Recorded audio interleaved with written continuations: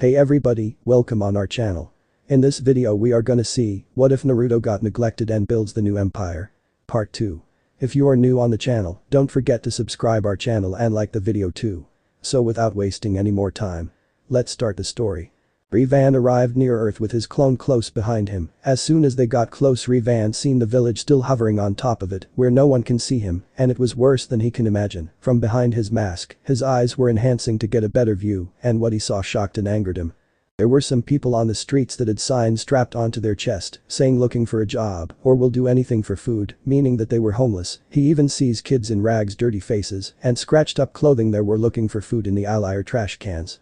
After looking at the mess Gato caused, he signaled his army to land at the docks near the village. While he landed right next to them, he got of his starfighter saw a group of villagers looking at Revan with fear in their eyes. Revan was about to ask them a question when the Star Destroyer hatches opened up, showing the people of Wave an army wearing strange white armor and the others with different colors and robes with masks, holding various weapons. The villagers were about to run away and fearing that they will murder all the people in Wave until Revan shouted at them, "Wait, stop, we mean you no harm," making them stop, hoping that the masked person wasn't to them lying. Revan calmed himself down looking at the rest of the group until he pointed at a man in front of the group and said, "You there?" The man in front of the group looked left and right, seeing if the mysterious person was talking to anyone, but nobody walked up forward. Then he pointed at himself saying, "Me," asking if he was taking to him. "Yes, what is your name and what happened to the village?" wanting get information on what this Gato person has caused. "My name is Akira Kib, last name means hope. I need help on names, because I don't have any ideas on making up names, and Gato is the reason for all our suffering. He's been draining us and our poor village off everything we have. For those who couldn't pay were forced onto the street, sold off to be slaves or killed. Even our beloved children go around begging for food. We barely have enough money to live on ourselves." The news that the man gave Revan made his blood boil like lava that was ready to erupt with rage. He then hears Akira continue. "But Tazuna, my best friend, is building a bridge just west from here. We're hoping it could start a better life for us, but Gato caught word of it and he is planning on everything to prevent it from happening." "Where is this Tazuna you speak of? He is not a treat to me. I only wish to talk to him about helping out Wave Country." "I do not know. He said that he left Wave Country to go to Konoha to get help by hiring ninja so that they can help us, but we don't know when he will be back." "Do you know anyone when will he be back?" "You can try talking to his daughter Tsunami, she lives not far from here with her son Inari." "Thank you, Akira." Revan bowed his head at him then turned to his army about to give them new orders. "General Jean, take about 1,000 men and guard the village from Gato's mercenaries. Keep at least 1 or 2 alive to interrogate them. I want Gato found, and I want that bastard found and dead, and want 2 men guarding the entrances and exits. If the civilian have any business outside the village, they are to be escorted by our solders. Commander Alex, tell your men to bring out the 2 gunships from the Star Destroyer from Attack of the Clones and scout the outside area for enemy campsites. No doubt that is where they're keeping the civilians' families hostage." "Yes, Lord." Revan, Alex and Jean said, saluting their lord, then turned around facing the clone. "All right, you all have your orders, now let's move it, people."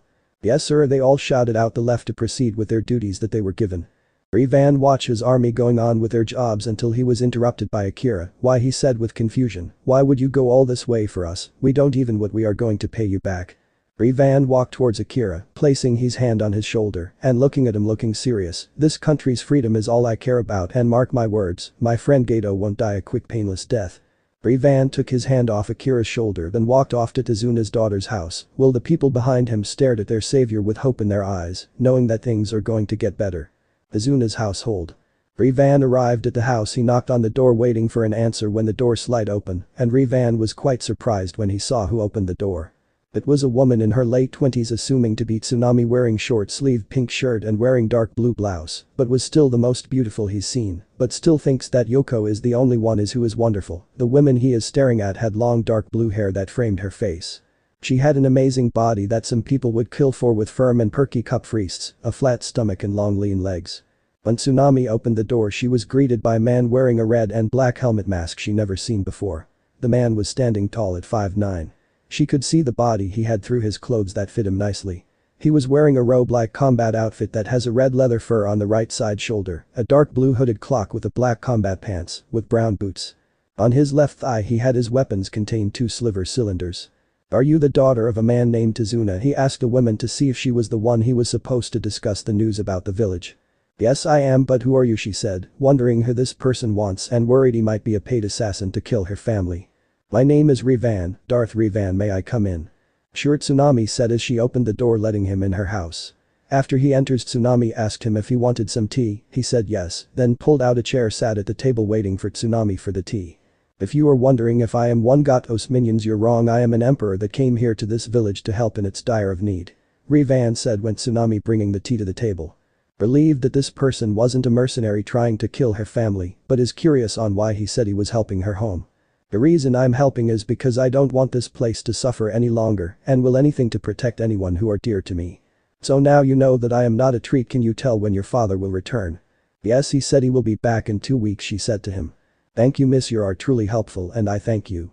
Tsunami has been touched by his words that started to blush a little. She was about to tell him with a thanks but was interrupted when Revan spoke again. I sense you, young one, you don't have hide from me or your mother. They heard footsteps coming upstairs walking down, and what came down was small child. He has spiky black hair and dark colored eyes. He wore a green jumpsuit with a yellow shirt and a simple pair of sandals. Revan saw the boy's eyes as if some sucked the life joy and happiness out of him. Revan knew something was wrong with him. He sensed inside him that he lost someone very precious to him. Inari, it is not polite to listen to other people's conversation, Tsunami said at the boy, which Revan assumed to be the women's child. I'm sorry, but why? Why do you want to help us? There's no way that you can beat Gato and his men. You'll just get yourself killed like everyone else. You think you can come here and everything will be alright again. None of you know how much we suffer and how hard life is for us. With that said, Inari ran upstairs into his room and slammed his door. It's quite alright, it's nice to meet you, Revan said, smiling behind his mask, extending his arm with an open hand. Expect a handshake, but only God was Inari looking down, saying it was nice meeting him, before running up to his room. Inari, Tsunami shouted, trying to make the boy come back for being disrespectful to her quest. She was about to go after him, but Revan quickly put a hand on her shoulder, stopping her. Revan closed his eyes from inside his mask and said he lost someone precious to him, hasn't he? Tsunami was shocked at the question and nodded. Tsunami and Revan both sat at the dinner table where she told him a very sad tale of a man named Kaiza who once been a hero, same story as the anime, but this time Tsunami tells the story. A few years ago we had a bad storm. The local dam was starting to break, so one of our people went into the raging water to try to fix it. He wasn't able to make it to the dam and was swept underwater. We didn't know what to do until someone jumped into the water and brought him back to shore. Then he went back in and managed to fix the dam. My father learned his name was Kaiza, who was a traveling fisherman who came to the land of waves to seek new opportunity. Over the years he became the father Inari never had and the brother I never had. When Gato arrived, Kaiza tried to stop him from taking over the country, but he was captured and publicly beheaded in the town square by Gato to show what happens to those who oppose him. Revan was shocked. This was the same Kaiza proxy gave him intel about Gato. The way Tsunami told about Kaiza, he sounded like a great brave man, even almost like his clone army, but now he understood why Inari is acting like this. The loss of a person, they can change their emotions, much like Revan's own life, people acting like he doesn't exist at his old home village. But all that changed when the three goddesses made him their avatar. Revan didn't want to see a child in pain, so he told Tsunami he decided that he have a talk with at dinner and tell him about his life. She nodded and thanked him, then went to the kitchen to make dinner for him and her son. Azuna's household living room, 7 p.m. Revan helped Tsunami set up the table by setting the chair and helping make dinner for them.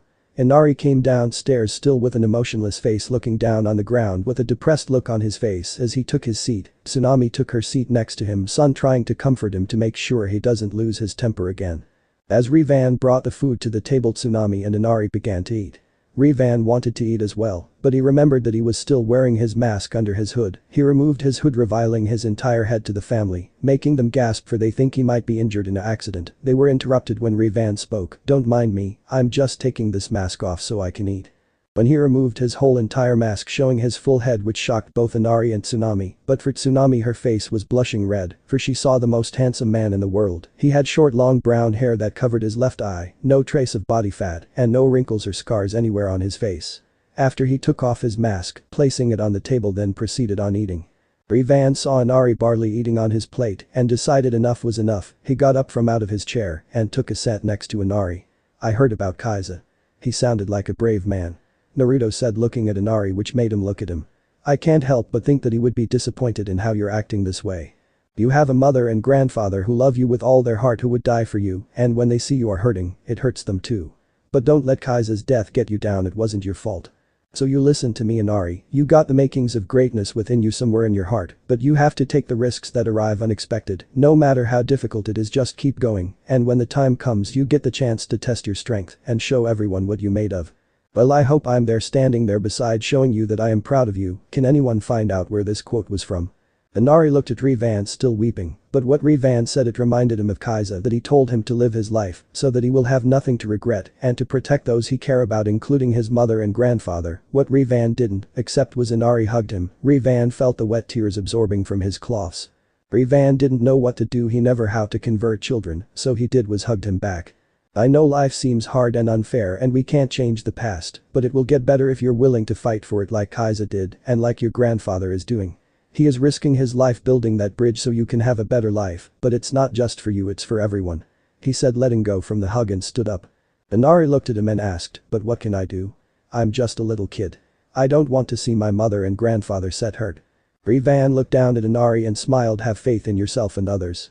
I can teach you some amazing techniques that are beyond anyone's imagination. While I'm here as in today, you will become my apprentices. But most importantly, help your mother and grandfather become happy again and keep them safe. Inari nodded at that with a small smile, and Rivan told him to continue to eat. Tsunami was inspired of Rivan words to Inari, and she never seen Inari smile before, and it was all thanks to him. When they continued to eat, she couldn't keep her eyes of Rivan. What is this feeling? Have I fallen for him? He changed Inari from being depressed to being back to his normal self. He even acted like a father figure to my son, but would he love me or would he just ignore me? All she can do wait, and when the time is right she will tell him how she feels. Azuna's household living room, 8 p.m. After everyone was done eating, Inari yawned, rubbing his eyes, which Rivan and Tsunami knew it was past his bedtime. Kiddo, time for bed. Your training with me begins in the morning, and I don't want a tired student of mine lazy in the morning, so you best get some shut-eye, Rivan said, ruffling Inari's hair, making him smile. Okay, good night, Ka-san, Rivan-san. Inari walked back to his room, leaving Tsunami and Rivan alone. I better get to sleep too. Tsunami-san, is there a guest room I can sleep in? Yes, but it hasn't been used in years, and I feel like I haven't cleaned it in a while, so you'll be sleeping in my grandfather's room. Would that be okay with you? If not, we can sleep separated in my room, she said with a blush. If it's alright with you, I'd be delighted. While Tsunami was sleeping, Rivan was still awake. He wondered what he would teach Inari, but was interrupted when he felt that someone was touching his hand. He turned around to see Tsunami fully awake, holding his hand while blush. Have something on your mind? I just want to thank you for helping my son change his mind about heroes, and that if it wasn't for I don't know what I will do without my son if he continued this way, she said with sad voice. With tears forming on her eyes, she buried her face on her pillow. Rivan brought her face to his, and as they got closer, Tsunami's heart was beating fast. Their faces were close together as their lips met, and Tsunami couldn't believe how amazing it felt. They broke apart and he smiled at her and pulled her down to lay next to him. She cuddled up to him and laid her head on his chest. I don't know where this will lead to, but I'm willing to give it a try. I can't say I love you yet, but with time I know I will. There is also something else you need to be informed of if we are to see where this leads. Rivan said as she looked up to his face. Also, I am the last of my kind, GD of course, and I need to have multiple wives. I will not pressure you into answering now and will let you think it over. Rivan said as he kissed her forehead. But that settled. Tsunami's cuddled up next to him. Sweet dreams, Tsunami-chan, he said and kissed her forehead, getting a smile from her, and fell asleep with her in his arms. Konoha village. Things around Konoha haven't been going so well. After Naruto's kidnapping, things around Konoha have gone bad. First was the Uchiha massacre. Itachi killed every one of his clan that was ordered by the consul, for the Uchiha were planning an attack on the Leaf village, but only Itachi spared his brother Sasuke and his mother Mikoto. The reason he let his brother live is he thought that his mother can change his ignorance and selfish ways, but it turns out to be a failure from the start. The other was Kushina and Narumi are crying with emotions appear in their faces, but the main emotion is anger. They were angry at their husband-father. After the whole incident at the party, Kushina came back to the Namikaze mansion with an unconscious Minato. She puts him on a nearby chair, then she is bombarded by Narumi. She wanted to know what happened to Naruto and why she looks like so devastated. Kushina told her what happened to Naruto. These caused Narumi cry more. She can't believe what happened, that her brother was kidnapped and that her own father does something horrible to his brother. But no, was not the time. She went to the house library with Narumi, finding out what was the mark on the back of her neck. It took her minutes to find what she was looking for, but she finally found it. It turns out that she was in a loyalty jutsu that causes the victim to forget the one she cares and is always listening to the user. She then realized that the only person to ever do this was her so-called husband. Both were now furious for they want do nothing more than to beat the living daylights out of Minato for causing Naruto to be alone for the rest of his life. They even found out that Minato allowed the villagers to beat up her child until they think he's dead. Kushina and Narumi couldn't call themselves his family, but wherever he might be they hope he will come back so they can say they're sorry for not being there for him. Kushina told Narumi that they are leaving the mansion and that she is going to divorce Minato. She asked her to pack her things in scrolls so she can carry everything she needs, while Kushina had plans of her own. 1 hour later. Minato woken up from his damages, he stood up from his chair, but heard something drop to the ground silently. He looked down to see a piece of paper, he picked it up and saw writing on it. He looked at it closely and sees that it was Kushina's handwriting. I am leaving you, it was all your fault, that you're the reason I acted like a complete fool thanks to that hooded figure's lighting attack, it took care of that loyalty seal you put on me, you have no idea how pissed I am at you for causing my son so much pain. This marriage is over and I'm taking Narumi with me, goodbye Hokage. Minato could not believe this, his years of planning were ruined by that mysterious hooded person who destroyed the seal that he placed on his wife, keeping her loyalty to him, but all that has gone to waste. Damn you whoever you are, but you only got in the way of my plan to make this village perfect for the people, cough Danzo cough, but I'll figure out who you are later, now I have to think of a plan to take back what's mine. After so many years Minato tried to convene Kushina to come back to him, but she still refused. Narumi got enrolled in the ninja academy, she trained her heart for herself and was now on team 7 with her mother to make sure she stays by her side keeping her safe, also her sensei is Kakashi and her teammates Sasuke and Sakura, but she knew why she was placed on that team. Her sensei is her Hokage student and that Sasuke was making attempts on making her his wife, except Sasuke would get bet up to pulp by her. After so many D rank missions, team 7 was currently in front of the Hokage's door. Narumi sighed before Sakura opened the door to the Hokage's office. There sitting down on the chair was Minato Namikaze and old man. Everyone glanced at the old man for a second and paid their attention to Minato. Team 7 mission success, Minato sensei, said Kakashi. Sasuke was brooding in a corner, Sakura gazing at his coolness, and Narumi was giving Minato an emotionless look for it was her Hokage. Minato sighed, he had gotten used to that look after the kidnapping of his son. How he wished to have that child back so he can get back his family and his image. It's because of that child, Kushina found out about everything. He just sighed and put it to the back of his mind, truthfully he didn't really care, as long as he was Hokage, he didn't need to worry about small things like those. The village came first and that's what he needs to do to ensure that the village is safe and on top. That's great to hear team 7. Report here tomorrow and you'll have another mission, replied Minato. Kakashi nodded while Sakura frowned. Hokage-sama, can we have a C-ranked mission? I mean we already completed like over 200 D-ranked missions, asked Sakura hoping she get a yes. Minato pulled out a scroll, which were team 7 records. Minato was examining its record. It seems you are correct. Fine, then hope that you can handle this. This man here, his name is Tazuna and he needs an escort to Wave Country. This is a C-ranked mission, do you want to accept? Asked Minato. Yes, I think my team can handle it, replied Kakashi with an eye smile. Minato nodded and looked over to Tazuna who nodded. Sakura squealed at having the chance to prove herself to Sasuke. Sasuke just huffed and Narumi sighed. After they walked outside with Tazuna. Okay team, we will be meeting at the gates the next morning and remember to pack for at least a week, said Kakashi before disappearing in a puff of clouds. Narumi went back to her home as fast as she could to rest for the big mission tomorrow. When she got to bed she looked up to the ceiling thinking about her brother, the one she lost and couldn't confess her feelings. She only hoped that wherever he might be, she hopes that he will return and she can tell him how she feels for him. The next morning Narumi waited with Tazuna for her team and her mother who arrived wearing her old gear she used to wear when she went on missions. She came an hour earlier than the supposed time, so she waited with her daughter and Tazuna. They talked for a little bit getting to know each other. Narumi learned that Tazuna has a daughter and grandson and owns an inn after the talk team 7 arrived along with their sensei. Tazuna and team 7 were currently walking to Wave Country. The sky was clear and sunny, a perfect day people would say. While walking Sakura was giving looks to Sasuke as usual, while Sasuke gave looks to Narumi. Narumi was currently talking with Tazuna, Kakashi reading the infamous orange book and Kushina glaring at the emo Uchiha, making sure he better not lay a hand on her daughter. We should be there by sundown, said Tazuna. Team 7 nodded and continued walking. On the pathway Kakashi and Kushina noticed a small but big-sized puddle. Even Kushina knew not to go near that puddle, knowing it would trigger a trip. They all walked past the puddle cautiously. When they were a yard or two away, one people emerged from the pond. Both were wearing gas masks and Kiri headbands. Kakashi recognized them as the demon brothers Gozu and Maizu.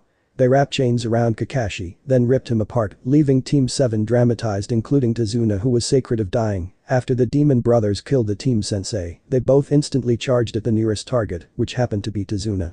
Narumi noticed them and took out her katana ready to defend him, but Kushina beaten her to it. Kushina jumped into the air and sent Gozu a spinning roundhouse kick in the face, sending him flying backwards. Maizu tried attacking Kushina with his gauntlet hand, but Kakashi appeared, dodged it and kneed Maizu in the stomach, knocking him out. Just what the hell was that all about, Sakura said, getting everyone's attention, but soon ignored her as everyone turned their heads to Tazuna who coughed, getting everyone's attention, for it was because of him that the demon brothers were after. But Tazuna asked them in question. Why where does two after you, Kushina said, wanting to know what was going on. I don't know what you're talking about. This caused Kushina to grab him by the neck, making him look at her deadly eyes. I know that you are lying to us, so either you tell us what's going on or we're leaving this mission. Okay, I tell, just let me go, he said to Kushina. She nodded as she let go of him to let him explain. He told them that village was under the control of Geto, who caused pain to his home village, and that nobody was brave enough to stand up to him until a local fisherman named Kaiza stood up to him. However, he was captured by Geto's men, he was beaten, tortured, and the last part of the story got to Team 7. Geto's henchmen killed Kaiza in the town square in public and declared that anyone don't follows his rules they would be sentenced to death. Team 7 were shocked to hear this. This Geto person is controlling this people like they are his slaves, and if they were to disobey his rules the people would be killed. So you see, I hope that someone from your village would help us. We're building a bridge to make trades to other villages, and once we do that it will bring our people hope, so will you help us? We really need your help. Narumi and Kushina knew this old man was begging for their help. Kakashi, Sasuke, and Sakura had other things on their minds. Kakashi thought that if they helped Tazuna this will bring Konoha an alliance with them. Sasuke thought that if he do this Narumi will be on her knees begging him to be with him. Oh my god, would someone get me a gun, and so I can put a bullet on this emo prick's head, it will do the world a favor. Plus it will prove that the Uchiha is stronger than anyone. As for Sakura, she was staring at Sasuke. How in the world she became a ninja in the first place, useless fangirl. She also won't lose to Narumi, since Sasuke always asked Narumi on dates. This got Sakura pissed. She wanted to be the one, be Sasuke's crush, so she wasn't going to let this mission pass on. We'll do it, we'll help free your people from Geto's hands, Kakashi said, with everybody agreeing to it. They continued walking along the path when Team 7 and Tazuna noticed that they were covered in mist and it was really hard to see. Tazuna was still a good distance away from them, but they could still see him. Kakashi sensed a person with a powerful chakra signature. Duck, Kushina yell out. Kakashi pulled down Sasuke and Sakura down to the ground, while Kushina brought Narumi and Tazuna down, avoiding a large menacing blade spinning rapidity. Kakashi's eyes widened when he noticed what happened. It was Zabuza who drowned his giant sword at them. Lamachi's Zabuza, demon of the hidden mist. Expert in silent killing, A rank missing nin, what are you doing here? Kakashi asked, who was a little nervous for the safety of his team Kushina and Tazuna. Well, if it isn't Kakashi Hatake of the Sharingan, or should I say the copy ninja, said Zabuza with a monotone voice. The old man is mine, he glared at Kakashi and releasing killing intent. Protect Tazuna, you three, Kushina, you with me, ordered Kakashi when he realized what was going to happen. Team 7 quickly ran to Tazuna but froze when they felt the killing intent strengthen while Kushina pulled out her katana. Zabuza then dashed towards Tazuna with his sword ready to strike at Tazuna. Kakashi tried to stop him but was stopped by Kushina's blade. The rumors are true, you truly are the Red Death of Konoha, Zabuza said to Kushina. I'm guessing people around every other village know about me, but why are you trying to kill the bridge builder, she asked the bandage missing nin. It's none of your concern for what I plan to do, all I know is that I'm being paid top ryo, or top dollar is how people say it, to kill this old man, and nothing, not even you will stop me from get that bounty, Zabuza said evilly. Both Kushina and Zabuza continued to clash swords, but Kushina had the advantage for she was known to be one of the best sword wielder that ever lived. She pushes off Zabuza blades, making him skid back. He disappeared in a puff of smoke out of Kushina's sight, then reappeared in front of Kakashi making hand signs. Water style. Water prison jutsu. Kakashi was trapped in a sphere of water, unable to move. Ha, what are you going to do now that your Sharingan user is trapped in my prison of water, he said, smirking under his bandages. Kushina did nothing but formed hand signs of her own, then she lifted both of her hands at Zabuza and yelled out ninjutsu summoning. Chakra chain barrage, 2 silver chains shot out from her hands towards Zabuza, which he didn't suspect her to do. He was wrapped all over with chains and could not get free from them.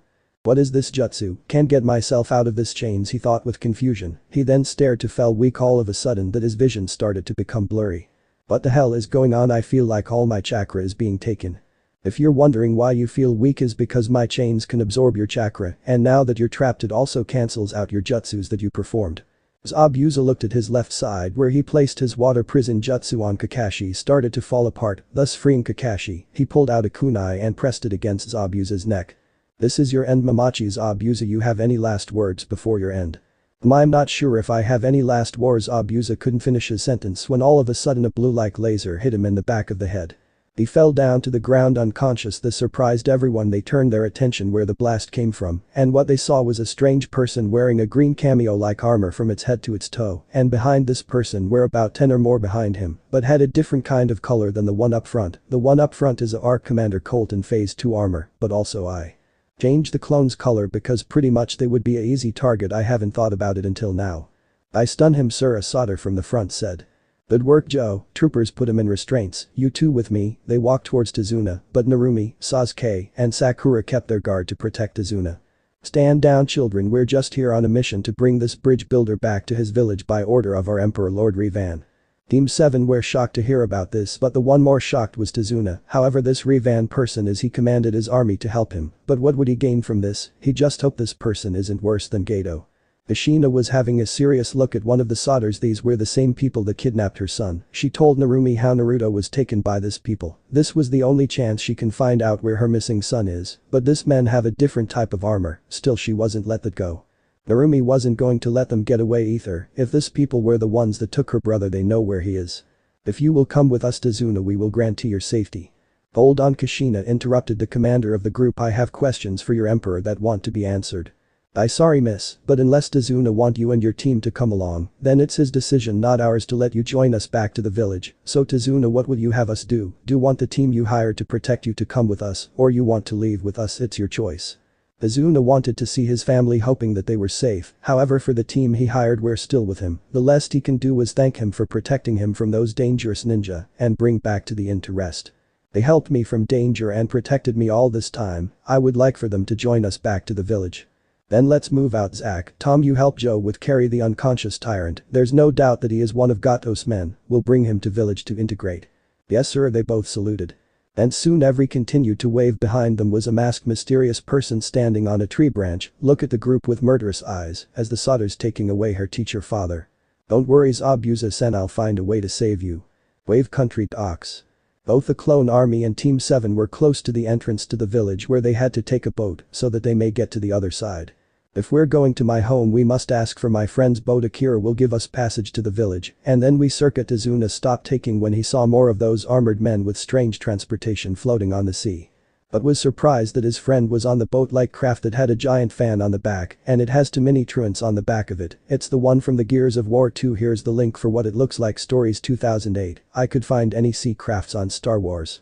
Tazuna-san, it's good to see you my friend, Akira said with excitement, running to Tazuna with his arms open to give him a hug. I'm so glad that the clone army protected you along the way. Well, it wasn't them, I had help from these ninja. He presented them to Tsunami. Oh well, thank for protecting my best friend. You're welcome, Kushina said, giving him a small bow. Anyways Tazuna, you are not going to believe what the best thing that happened to our village. What is it? It's been wonderful. It's like Kami has answered our prayers. They sent us a hero that is protecting us from Gato's thugs. His name is Darth Revan, who says he is a powerful emperor, that he is the protector of the innocents. He brought back our family members from being Gato slaves. Thanks to his clone army, he even became the father that Inari never had. But that said, everyone except the clone army, Kushina and Narumi, were surprised that a powerful emperor helped an entire village, but that still doesn't cut the fact that he knows where her son is. Narumi was on the same page as Kushina. This emperor has her brother and will do anything to see him. Takashi was interested on this emperor person. He wondered if he is willing to join an alliance with the Leaf Village. Not only will it make Konoha powerful, but they will have an advantage from all the other countries. Anyways, let's get you and the others home. I think your family will be really happy to see you. Akira and the rest of the other aboard the boat while the other clone troopers took Zabuza on another boat. Where are you taking Zabuza? Kakashi asked them in question. Our ruler ordered us to hunt down these kind of people that dares harm the citizens of Wave. They are to be brought to the prison cell to be interrogated, so we might have a lead on Gato. You have nothing to worry about him, he will not bother you any longer, the trooper said, taking their leave. After they got off the boat, Tazuna could not believe what he seen. The whole entire town was different. There were clean streets, men, women, and children have clean fresh clothes. The parents would go about their lives while their children were playing. Izuna never seen this kind of happiness before. Who would have thought an emperor could bring so much joy to this people? He just wondered how he changed Inari from his depressed ways. All he knew that he has to thank him for helping everyone. Izuna's house. Team 7 arrived at Izuna's house. Izuna knocked on the door, knowing her daughter would always answer it. He heard the door slide, and what Team saw was a woman where Team 7 assumed to be Izuna's daughter. "Father, you're home. It's good to see you, Tsunami-chan. I've heard rumors that you have gotten married to an emperor." Tsunami forgot on how her father will react to this. "But from what I heard, he helped everyone, including Inari, that he changed him from being sad all the time to being a happy child again. Listen, all I care is for all of your happiness. If you love him that much, then I'm okay with it." "Thank you, father." "I don't mean to bother you, Tsunami-san." Kakashi interrupted the family reunion, "but can you tell us where your husband is?" "Is outside behind our house training my son." "Training?" Izuna asked in question. Inari wanted to be strong so that he can protect the ones that are precious to him. When everyone was outside, they saw a hooded person sitting at the ground with his legs crossed, where it looked like he was meditating. Kushina looked at the hooded figure, wondering if this was the same person that took her Sachi away. She walked towards the emperor, but was interrupted when a boy jumped from the bushes with light blue sword that gave out a hissing noise. The team never seen a blade like that before. The only thing that glowed before were ninjas channel their chakra with blades. The boy was in the air about to strike the hooded figure, but was stopped in mid-air, which shocked everyone instead of Tsunami, who walked in the scene. The boy was blown back by an unknown force away from Revan, making him skid back, keeping his balance, making sure he didn't fall backwards. Revan got up from the ground after he stood up. He reached for his lightsaber from his belt. He activated it, showing a white kind of color, but it showed tips of electricity coming from it. Inari charged at him again, running at him with both hands on his lightsaber. He brought his lightsaber down, however Revan easily blocked his attack with his own lightsaber, only using one hand. He is so powerful that he can never lose his grip on his blade. Inari kept on giving a barrage of attacks, but it was no good. Revan stood at the same exact spot where he sat down. Both Revan and Inari continued clashing swords together, but only Inari was attacking. He soon got tired from trying to force Revan to lose his guard. Revan saw the opportunity and swung his blade upwards, where Inari lost his grip of his lightsaber. His lightsaber was in the air, then fallen down on Revan's hand, leaving Inari defenseless. "You held your blade bit lightly, thus giving your opponent an opening," Revan said. Inari, who was catching his breath. "Sorry Tusan," Inari said to Revan. "It's alright Inari, you're doing a lot better, but remember what I said, always let your opponent attack you first by letting him or her tire themselves. Patience are our greatest weapon, do you understand?" Revan said to Inari, ruffling his son's hair, where Inari looked to his father smiling at him. "Thank Tusan," Inari gave him grin. "Come on, that's enough practice, let's go inside, your mother is making our special din." Revan paused at the moment his eyes wielded, seeing his birth mother and her sister. Out of all the people in Konoha, they bring Kushina and Narumi. Revan thought with anger in his eyes, but he soon remembered that Narumi bears the nine-tailed fox, or his first love Yoko, in his past. He tried to find a way to get her out of prison. He also noticed that he wasn't wearing his armored mask, which he feared he would be recognized. He saw their reactions and saw that they didn't change. His hood was covering his blue eyes, because that would be the first thing they remember. "Hello there, is there anything you want? If there isn't, then I want you gone," Revan said in a mature tone. Kakashi want to talk to him if he is willing to make an alliance, but Kushina beat her too. "Where is my son?" Kushina said with dead tone voice. Kakashi, Sakura, Sasuke forgot about the Hokage's son from a long time ago. "Excuse me, who are you referring to?" Revan asked Kushina. "My son Naruto Uzumaki Namikaze." Revan told Inari and Tsunami who he was in the past, and they swore not to speak of it, for if Revan meet his old mother and sister again, he told them how much he felt. "Inari, get inside house and tell your mother to make dinner for everyone," he told his son, still looking at the Uzumaki. Inari nodded and ran back to the house to tell his mother. When he got into the house, Revan spoke to Kushina. "You and the girl," pointed at Narumi, "follow me, but for the rest of your team stays in the house." Kakashi was about to protest against until Kushina said, "You stay here Kakashi, me and my daughter will go alone, and if you even think about following I will completely destroy all of your Icha books." Kakashi didn't want to feel Kushina's wrath, so he decided it was best to just go with it as the emperor, and the two Uzumakis left, leaving Team 7 at the house. Star Destroyer's main hangar.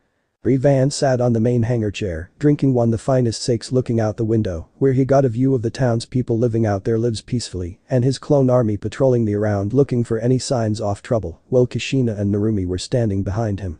"So you wish to know what happened to Naruto?" Revan said, still looking outside. "Is that right?" "Yes." "Why should I give away his location to you? If I recalled, he told me how he was treated back from your home village and how much hatred he held from you too."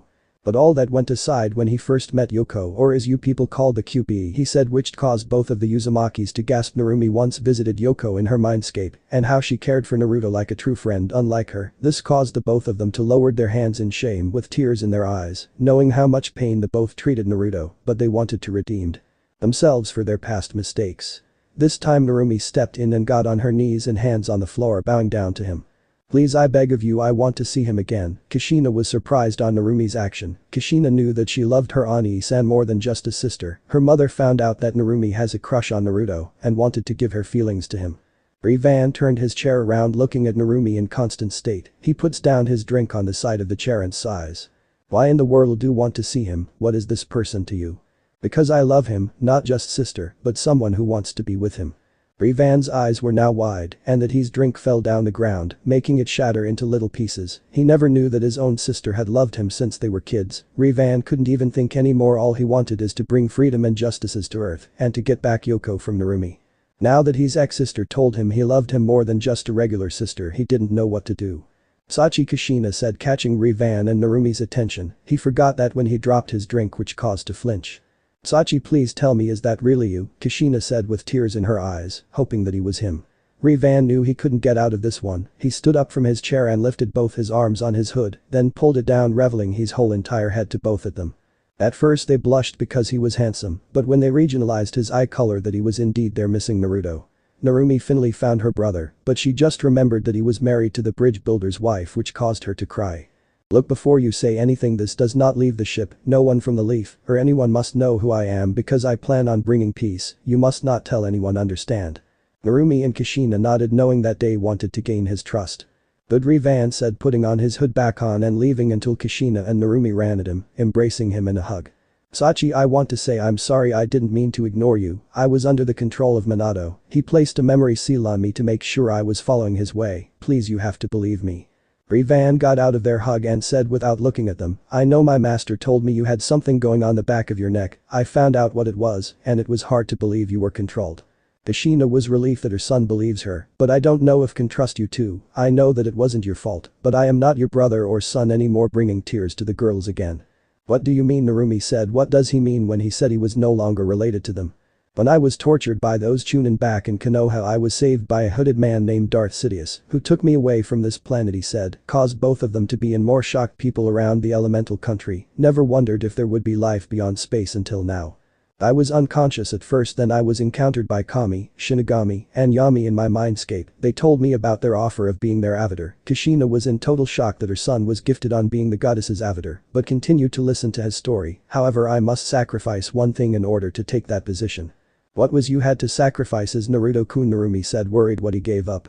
I had to give up my heritage of being an Uzumaki Namikaze, and the reason I accepted it is because I was never treated like one.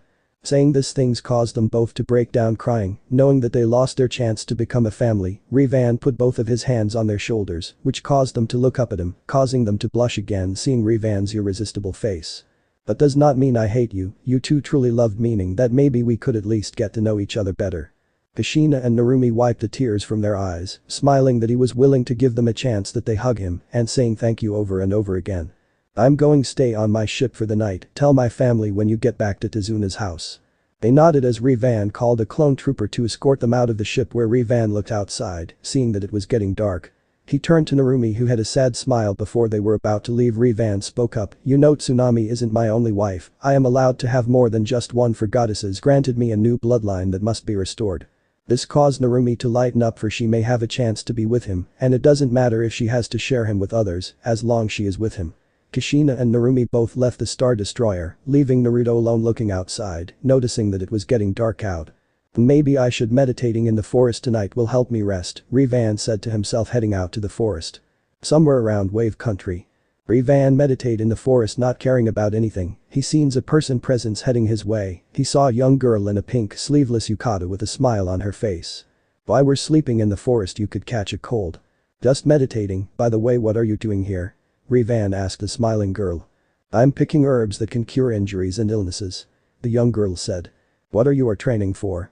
Haku said, trying to avert the subject so as not to be caught. I am training to help out my country. Aku was mentally taken aback by his words, but she knew all too well that this young man was the emperor. She heard rumors of soldiers captured Zabuza that day ago and almost killed him. Anyway, don't you have a family that's worried about you? Revan asked her in question. She then told her story from the past, making sure that this was the person she heard about. I'm too lazy to write it. As the story, Revan was angry. He couldn't believe Sam had go through something similar to him. Then the young woman got up and took her basket in hand, leaving. Then Revan then stood up and said, by the way, I'm Revan, Darth Revan. The young woman stopped for a while and turned around, glaring at him as she pulled out a kunai. Is there something wrong? Revan said to her with confusion on his face. You commanded your army to capture Zabuza, didn't you? Haku said in anger. But of course he was a menace to Wave. He tried to kill my wife's father to gain money, and since you said that you had a precious person, I assumed that it's Zabuza and that you're a hunting nin just like him, is that correct? He treated me like I was his own daughter. I had no other choice than to follow him. She then realized what she was doing was wrong, making people's lives suffer, making her ashamed of herself that she brought tears in her eyes. Would you like to see him? Revan said, offering her hand. Yes, thank you. By the way, my name is Haku, she said, wiping her tears away as she held his hand. She blushed, followed the emperor where he kept Zabuza. Star Destroyer holding cells. Inside a cell was Zabuza sitting on his bed with hands tied behind his back by strange handcuffs that cancel out his chakra from doing any type of jutsus. Revan invented these just in case a ninja teleport or summon someone to escape. His cell door opened to reveal two people, one of them being Haku and the emperor. Zabuza-sama, Haku shouted as she jumped into Zabuza's arms, crying on his shoulder, happy that her master was safe. It's alright, Haku-kun, they haven't done anything but strip me of my weapons, and this restraints or whatever are keeping me from channeling my chakra either way I fine. He said, calming her down until he turned his head at the hooded figure. And what's with you? I heard your men have been hunting us, and for what? He asked, wanting to know what he was planning. I want to know where Gato is so that I end his ruling of Wave, but answer me this, why would you work for him? We needed the money for ourselves. It's tough in this world, where there's nothing but death and betrayal. We only trust is ourselves, even though it was wrong we had to make a living. Revan knew how hard life can be growing up, but he knew people can change their ways. What if I have an offer for the both of you, a deal better than this? You work for me instead of Gato, you can help others and join to fight for good. Haku and Zabuza thought about it. This can be the start of a whole new life ahead of them. And I want you to do something for me before you join me. What is that? Lead Gato and all of his men to the unfinished bridge, that's so I can kill him and all of his tyrants. Haku looked at Zabuza, thinking about what his answer will be. We both accept your deal. We hated working for him from the start, he said, smirking under his mask. Revan understood him. He pressed a button next to the Zabuza's cell, where a clone trooper came running to Revan, saluting him, saying, my lord. I want you to bring this prisoner's belongings here immediately. We got new allies joining us, he said to the trooper. Yes, my lord, the soldier saluted, running to get Zabuza's equipment. Revan turned around facing the masked ninja and the girl. He pulled out a key from his pocket, then released Zabuza's restraints, thus letting him go. After doing that, Revan lifted his hand to Zabuza, giving him a handshake. Welcome to the Empire, my friends. After the conversion, Zabuza and Haku were getting ready for their first assignment to tell Gato that now was the time to take the village. While they were doing that, Revan came back to Tizuna's house to find Team 7 leaving with Tizuna. What's going on here? Revan asked. Where are they going? We are going escort Tizuna to the bridge and protect him and his workers. Very well, but just to let you know, I'm sending some of my squad too. Until he was interrupted by a breeding Uchiha.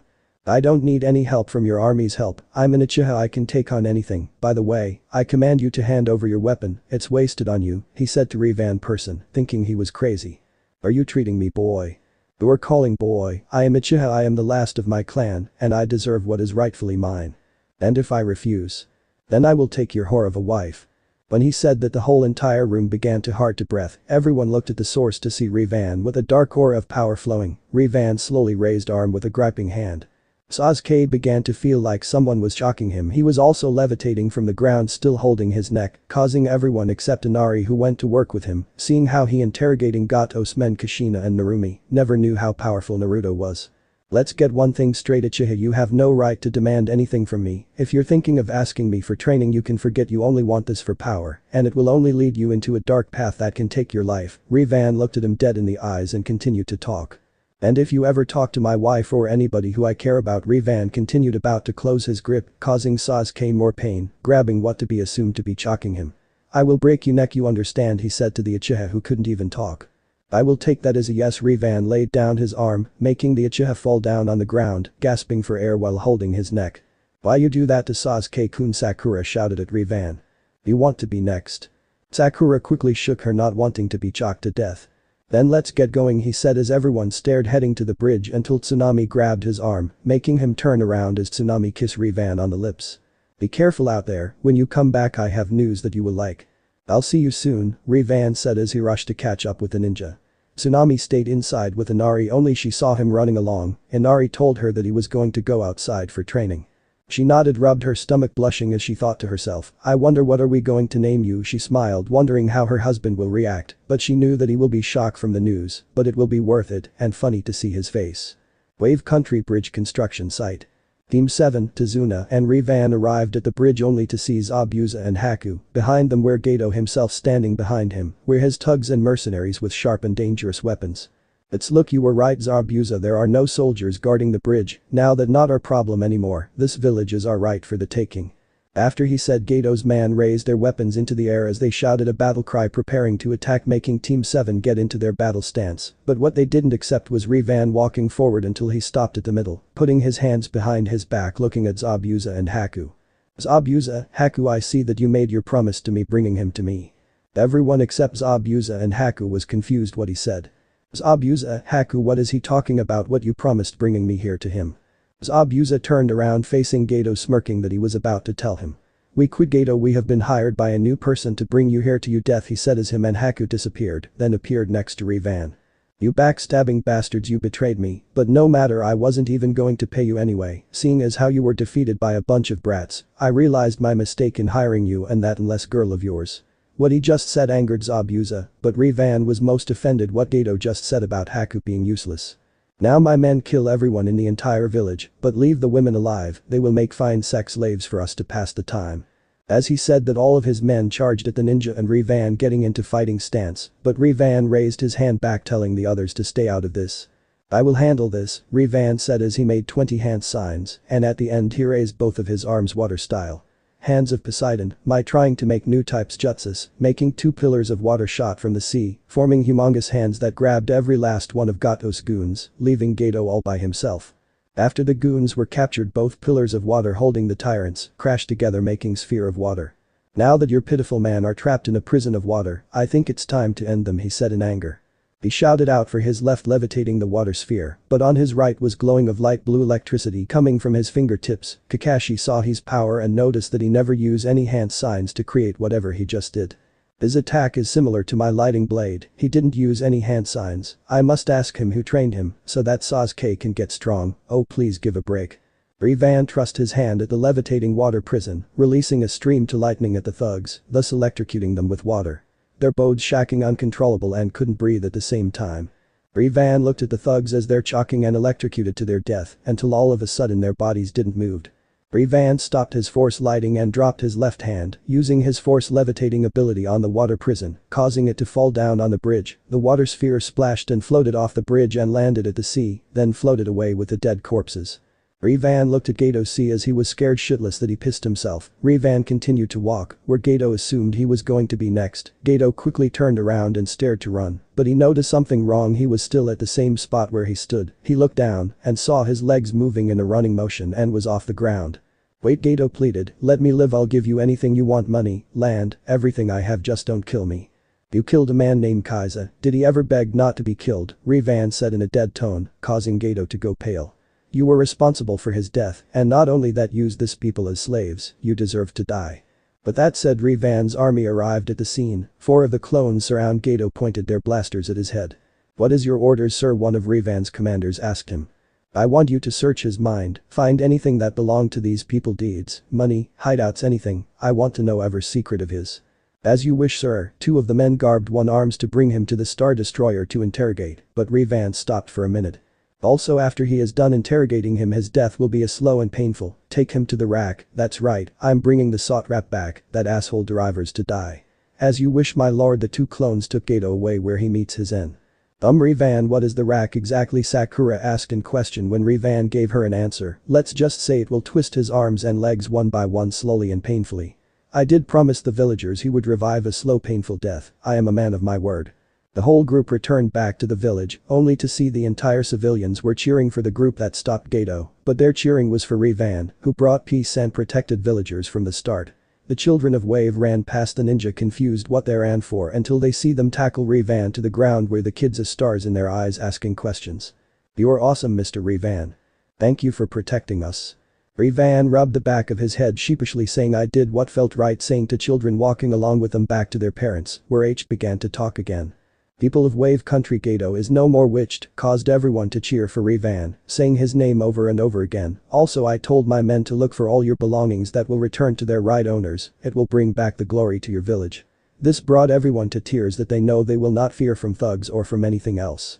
After was settled, Team 7 were ready to leave. Narumi asked Revan if he wanted to return to the hidden village to stay with them, but Revan refused. He said there are others that suffered more than just him and he needed help them out. Narumi and Kushina were saddened by this, but Revan gave her a communicator to catch in touch with her, or if anything goes wrong. This brought them to a small smile, knowing that he still cares for both their safety and willing to give them another chance. Revan, Haku, Zabuza, and Revan family waved goodbye to Team 7 who left the village. Revan then turned to Tazuna and said, "So what are you going to name the bridge, Tazuna-san?" Tazuna placed his hand on his chin and thought on what to call it until Inari beat him to it. "How about we call it the Great Revan Bridge?" Inari said. "That sounds like a great idea," Tsunami said, looking at her son smiling as her husband ruffled his hair. Tsunami was about to tell Revan about the news until his communicator was beeping from his belt. Revan activated his communicator to see Proxy. "What news do you have for me, Proxy?" Revan asked his robotic friend on the search for the 8 Jinchuriki. "I have succeeded on finding the Jinchuriki, Lord Revan. They have all agreed on message, however they brought their guards, 2 for each one. They won't go without them because they don't trust others." Revan understood and replied, "Very well, they may bring their guards along. Where is your location, Proxy? I'll be on my starfighter heading back to the Death Star and call in another Star Destroyer to pick you and the rest of them." "Oh, I almost forgot, him bringing 2 friends along. So what is your location?" "They told me we are in place called the Valley of the End." Revan heard about that place where 2 of the most powerful ninjas that fought an epic battle here read from past family's library when he was alone when his parents are training Narumi. "Very well, stay with until my men get there." With that he shut off his communicator and turned to Tsunami. You wanted to ask me something." Tsunami looks at Revan as she grabbed his hand and placed it on her stomach, which got Revan confused, not knowing on what she was doing. "Revan-san, we are going have a child," she said, closing her eyes with a huge blush on her face, not knowing how Revan will react. Revan didn't know how to react to this. He faced many challenges and never once thought them of being difficult, but now that his wife is pregnant, there was only one thing he can do. Her old eyes back started to fall backwards. He fainted, causing Inari and Tazuna to burst of laughter. Tsunami bonked both of their heads, making them clutching their heads in pain. The day was the day that Revan goes back to the Death Star with Zabuza and Haku that he recruited. After he woke up from his shock of Tsunami's pregnancy, he was thrilled that he was going to be a father, but he knows he will have to face the wrath of the 3 goddesses if they found out that one of Revan's wives is carrying his child, and they properly want little Revans, which caused Revan to pale and shiver at the thought of it. Inari was happy with the news because he will have a little brother or sister to train with and have fun together. Revan stood on a wooden platform with Zabuza and Haku next to him. Behind him was his family. As of right now, Revan was surrounded by the entire villagers where he was giving them a speech. "Attention, people of Wave Country," Revan said, getting their attention. "I have great news for you all. I am leaving to continue helping others by finding new allies to bring Theseus' world at peace." At first the people appalled for his speech, but then their children stared to tear up for their hero was leaving. Revan looked at the kids and continued to speak. "Let me finish. I never said I won't come back. I will still stop by visit anytime," he said, getting the children to smile again, wiping their tears away. "As I recall, this village has no leader, which I have the perfect person for the job." He turned head and looked at his son Inari. He waved his hand back and forth, telling him to come over where he is standing. Inari walked up next to him as Revan put a hand on his shoulder, then turned back to the crowd. "My son is training so that he may protect you, even though he is not in that age to let, he will keep on training. And I know that he will make all of us proud." With that said, everyone in the entire village cheered out loud for their soon-to-be leader. Tazuna and Tsunami were proud on how Inari was going to grow up to be as strong like his previous father. Inari could not believe what he just heard. He could only do was stare at his father's face smiling at him. Revan got down on one knee and put both of his hands on Inari's shoulders. "I just know that you will become a great leader to this people. When your new brother or sister arrives, I want to see the both of you train side by side. Let the love of your precious people give you strength, and when you do that you can accomplish anything. Focus in the force, it will guide you. Can you do that for me, son?" Inari let out a signal. Teardrop fall from his eye. He lifted his arm and placed it on his forehead, where Raven sees him saluting him. I'll do my very best to make proud Tucson. Revan nodded and began to speak again. I am also letting my guard stay here, just in case any trespassers or tyrants invade this village. Let it be known that you are being protected. If they have a problem with us, they have a problem with all of us. The entire crowd cheered for Revan. Man was raising their hands into fists up and down. Children and women were clapping as loud as they can, for everything was going to go for the better. Wave country Ox. Revan was getting ready to return the Death Star on his starfighter, while Zabuza and Haku were going to the Star Destroyer, to where the Jinchuriki that Revan's droid is. Revan was about to leave by making sure his ship was in order until Tsunami gave him embracing with a hug from behind him. I'm going to miss you. Revan turned around and returned the hug. He leaned his face near hers, giving her a passionate kiss that made her knees weak. I'm going to miss you too, but I need you to stay here and look out for Inari and your father. If anyone can look out for them is you, knowing how your father is with his sake, and now our son is training on his own to be just like me. Tsunami understood the second part, but the first got her to giggle and laugh. And then there is our child, Revan said as he placed his hand on her stomach. I'll come back for you all. You'll be safe on my home where no one will harm us. I know you will protect us, just be safe. I will. Revan gave her a quick kiss and put on his helmet on, covering his entire face. He jumped on his starfighter. He started on the ignition. The ship started to lift off from the ground, heading up to the sky. When it was finally high up, it blasted off into space. Everyone who was saying goodbye to their hero were amazed that ship vanished without a trace. The Star Destroyer where Zabuza and Haku were in was also taken off. Zabuza was scared at first when he got in. When the ship started lifting up, he looked out the window, seeing how high up they were. His face started to look pale, like a ghost that he'd been shocked to see. Haku was actually excited to see as how they were ready to fly off to their destination, and the second part she likes about this was that every person's dream is to fly. They both took their seats until they heard Revan on the intercom. Listen you guys, I'm going back to my home while you two are meeting up with the 8 Jinchuriki. When he said that, it shocked both the Mist Ninja. Wait, why you are gathering Jinchuriki for allies? Zabuza asked in question, wanting to know what he was planning. I don't want them to suffer just like I have, people treating them like dirt, thinking that they are demons that deserve to die. But I am going to prove to them that they are wrong, and you will understand why I want to help them, he responded as the intercom shut down. Zabuza and Haku knew what he meant. It's hard when people treat you like a monster, and people want nothing more than just to kill them for their own benefits, without giving them a chance to know each other. They trusted Revan's words and decided just to go with it. Meanwhile, at the Valley of the End.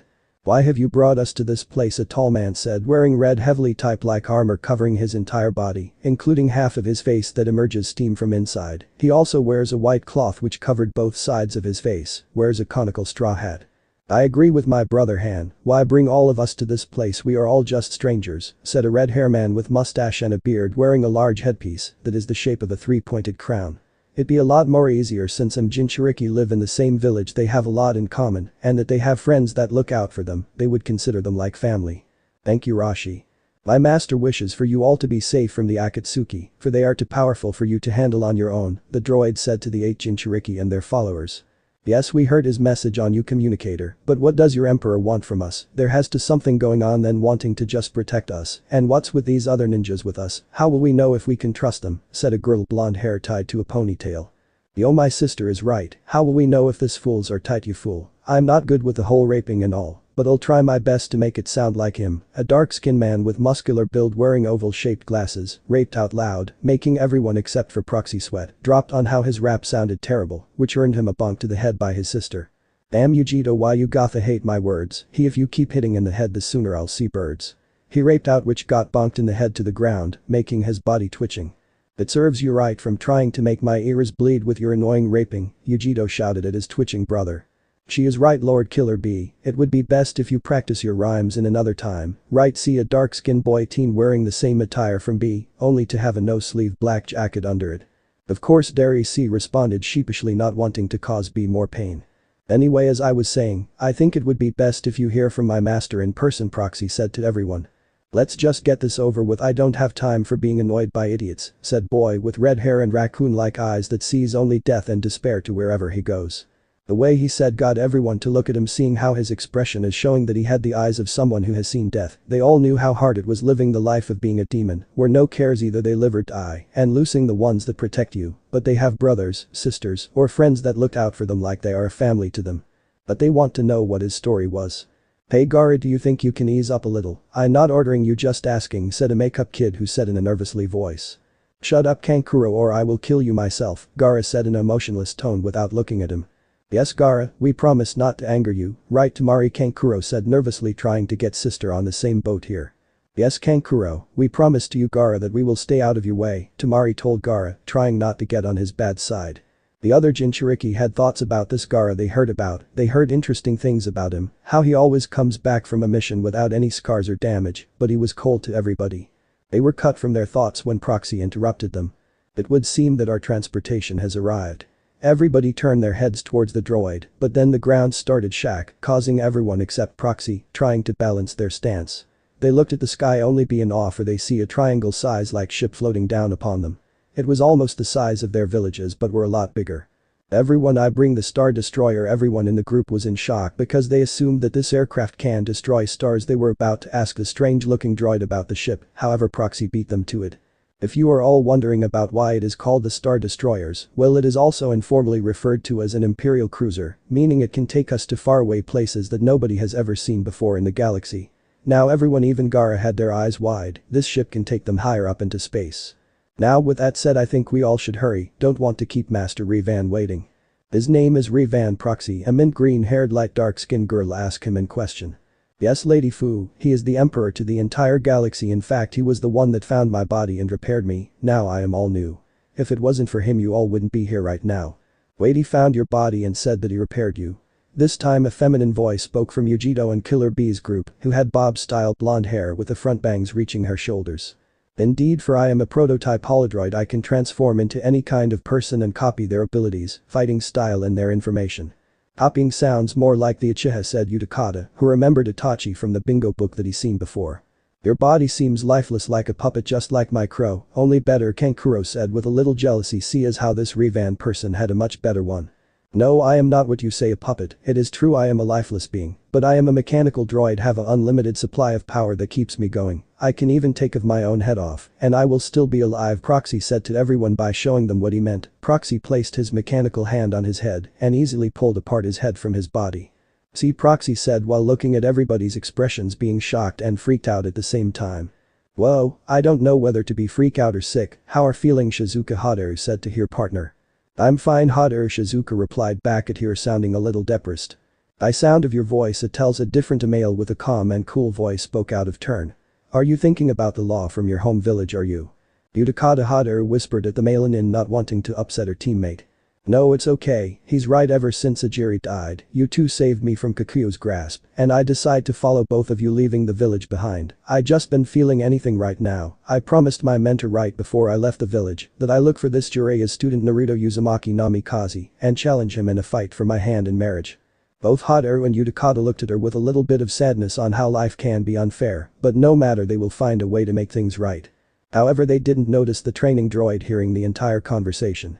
"The black-haired female ninja has to fight Master Revan for marriage. Well, this will be surprising for him when he finds out about this." The Star Destroyer hatch from the bottom started to open by letting out air from the inside of the ship. "Okay everyone, to Lord Revan Palace we go," Proxy announced to everyone to get aboard. When everyone onto the Star Destroyer, they were amazed on what inside of the ship looked like. There were lights on the buttons and switches everywhere. The floor was so clean that they can even see their own reflection. But the thing that got their attention were the men wearing strange type of armor. It covered like every part of their body. They carried strange looking that seemed to be like small cannons. The other thing that got to them were the ones that weren't equipped with any armor, but wore matching uniforms. However, what shocked the ninja group were their faces. All of their faces were exactly the same, but they were different. Some of the men had different types of haircuts. They would have buzz cuts, shaved heads, and mohawks, but now was not the time to ask questions. Proxy escorted the Jinchuriki and their followers to the beep pit where they see two people, but one person from the group recognized the both of these two sitting at the beep pit. "Zabuza, Haku, what are you doing here?" said a man that had grey hair, pink pupil-less eyes with scar on the left side that have stitches. Despite his height of a childlike appearance, he is an adult. He wields what resembles a large hook-ended, with one end being larger than the other. It also had a green flower on the larger end of the staff. Yeah, in this fanfiction Yagura is no controlled by Madara. Both of the chairs turn around to reveal the two missing ninja hidden in the mist. Lord Mizukage Haku jumped out off her chair, then bowed on one knee, showing her respect to her leader. As for Zabuza, he was looking green, still sitting on the rotating chair, with what seems to be a trash can, carrying it with both of his hands, and the bandages covering his mouth were untied, exposing his shark-like mouth. I ask again, why are you both here? Last I heard that you both work for Gato. Haku was about to respond when someone from Yagura group interrupted them. Wait, you know this too? Lord Mizukagi, one of Yagura's followers, said. The one who spoke has light blue spiked up hair, his mouth has the same type of shark teeth as Zabuza's and wears glasses. Yagura turned his bodyguards. Know them, they're my friends Shijuro. When they saved me from a masked man who tried to manipulate me, I could not find out who was behind that mask, but I believe he was after my tail beast, for I do not know what he wanted with, but I know it can't be good. Yagura turned back to Zabuza and Haku and began to continue speaking. Before I was about to be controlled by that masked man, these two came in and saved me. We managed to escape, but Team Kiri Ninja jumped in and started throwing multiple shuriken at the both of them. I commanded them to stop, but they ignored me. They chased them out of the village. I ordered them to tell me why they chased them out. They told me that I have been gone for a while and that it worried the people of the mist.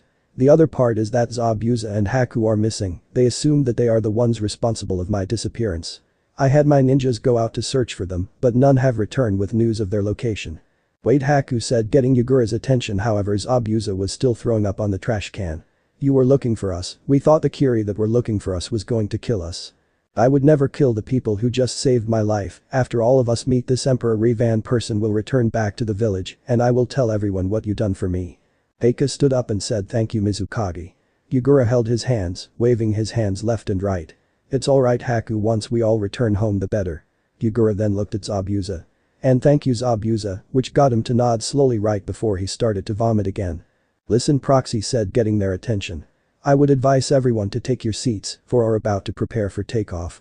The floor panels slide off to the left and what came out from under them were black leather seats with seatbelts on them.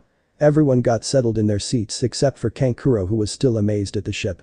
Excuse me, Mr. Kankuro, it would be best advice if you were to take your seat, Proxy said to him, hoping that he would listen.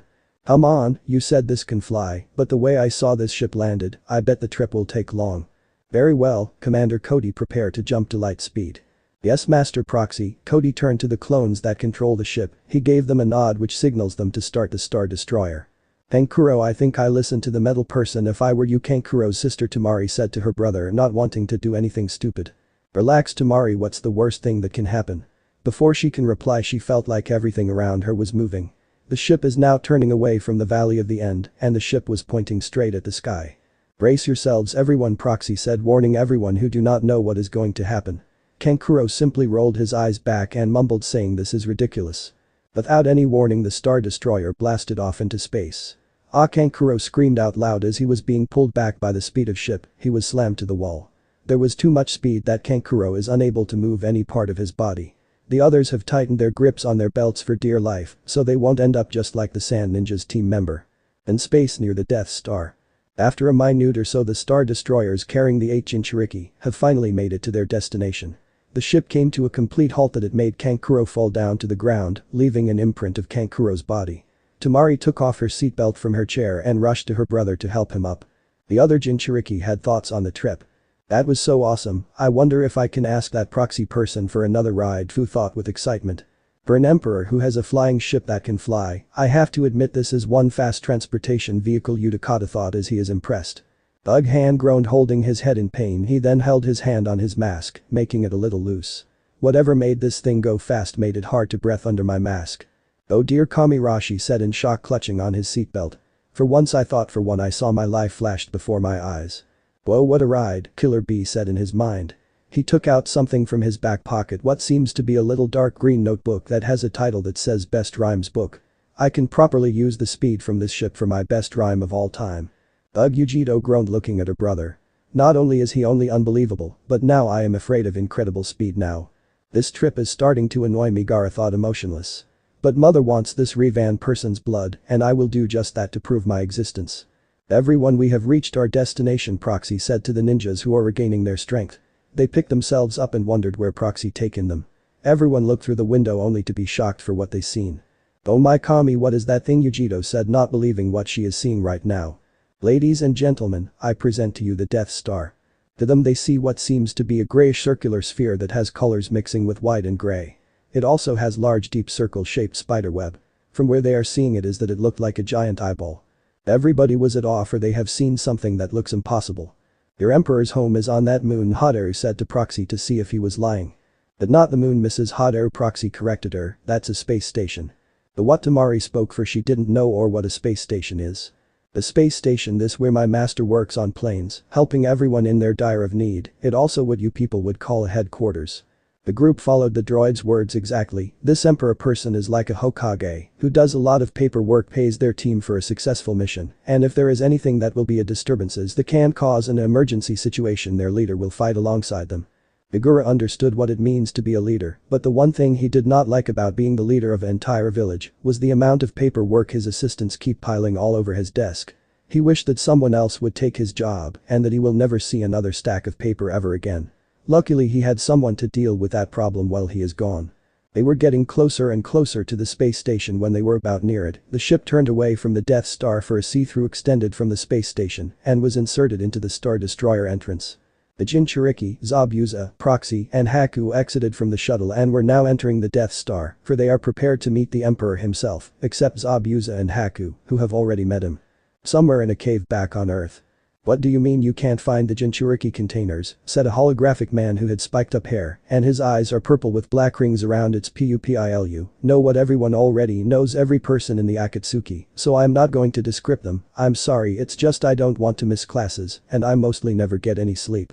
It's that we don't know where they are, we can't even find their chakra signature around anywhere, it's like they vanished the earth without a trace, Kakuzu said in a demon-like voice, making a point.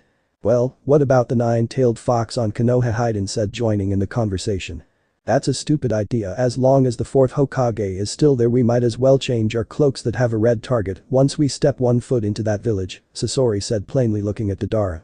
Oh, you have a better idea, at least I'm not the one that is sitting my ass on the floor playing with my dolls. Shut up, Deidara, your art of an explosion is nothing but a disappointment to us all. You were even about to blow yourself by accident, yet I still can't believe that Itachi took you down over a small genjutsu.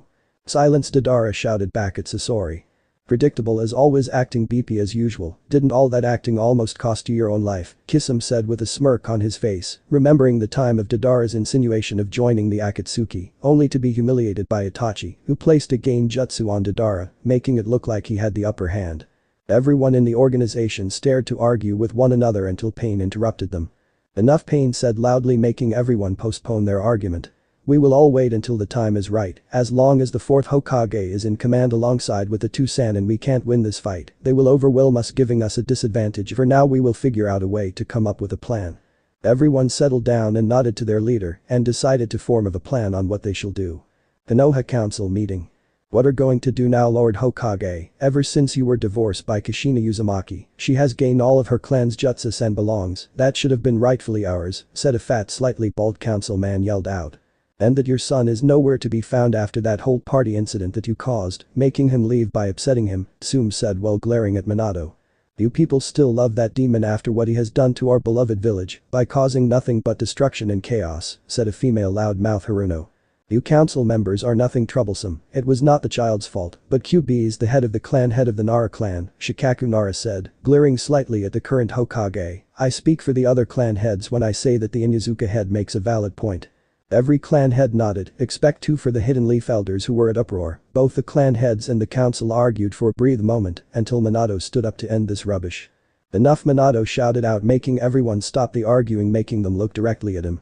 Everyone but the elders, please leave the meeting, we will pick this up on another day, he said in a commanding voice. All the clan head lifted themselves from their seats and left the room. They still can't believe that he's still that fact is that he does not care about his son, for who knows where he might be. The clan heads left the room, however Tsume stayed behind the door to listen to the rest of the conversation, finding out what is Minato planning. So are you still going with the plan for the Chunin exam? Lord Hokage said, male being coming from out of the shadows, the male being revealed himself, wearing bandages from his head to his right eye. Wait a minute, is that Danzo? I hear. Tsume thought to herself, why that ungrateful bastard wants. And what plan was he talking about? Yes, Danzo, it will soon go as planned. Even Thunarumi is no longer my daughter, it doesn't mean she must still follow my rules, she will not be entering the exams, but she will be a prize to the winner of it. Tsume was shocked beyond belief. Minato is using Narumi as a trophy to who wins the Chunin exam, but for what cause? She will be the wife of the person who wins on the finals, is that correct? The female Haruno asked. That is correct, Danzo replied back to her. And I will use the newborn as a weapon. And I know that without a fact that it will be Sasuke Uchiha that will win this exam and take Narumi's hand in marriage when he wins. Of course Minato said, smirking at how the plan is formed, and the best part about the plan is that the fire daimyo can't do a thing about it, for by law, that the day a clan heir is born, they must be married by a male clan head who is worthy of having her, as long it is for the good of their village. There is also one thing that is also missing in that plan, Homura said, finally getting their attention. And what is that? Kaharu said, wanting to know what is the flaw to this plan. Kushina and Makoto, Homura said, making them realize the flaw. There is no doubt she will protect her daughter from us and that she will leave the village with her. And there is Makoto Uchiha, who is the last of the Uchiha clan. Sasuke can't give breed on his own. Everyone thought on how this can be solved until Minato had an idea. For my former wife, when she arrives at the finals, I will sneak behind her and knock her out, and when no one is looking I will place the loyalty seal on the back of the neck. The Hidden Leaf elders nodded, but Danzo wanted to know what will come for Makoto. As for Makoto, Minato continued with his plan. She will be married to the strongest ninja in this village. However, if she refuses to participate in this, she will be sent to a breeding factory where she will give birth to the next generation of the Uchiha. Is everyone clear about on how this is going to work? Minato finishes what he just said, making the not understanding how it is going to turn out. Then you are all dismissed. Everyone got out from seats and left the room. Tsume quick lifted her head from the door, ran out. This is not good. I have to warn Kushina and Makoto about this. End chapter. So this part ends here. If you want to see next part of this series, like the video now and share the story with your friends. Bye bye.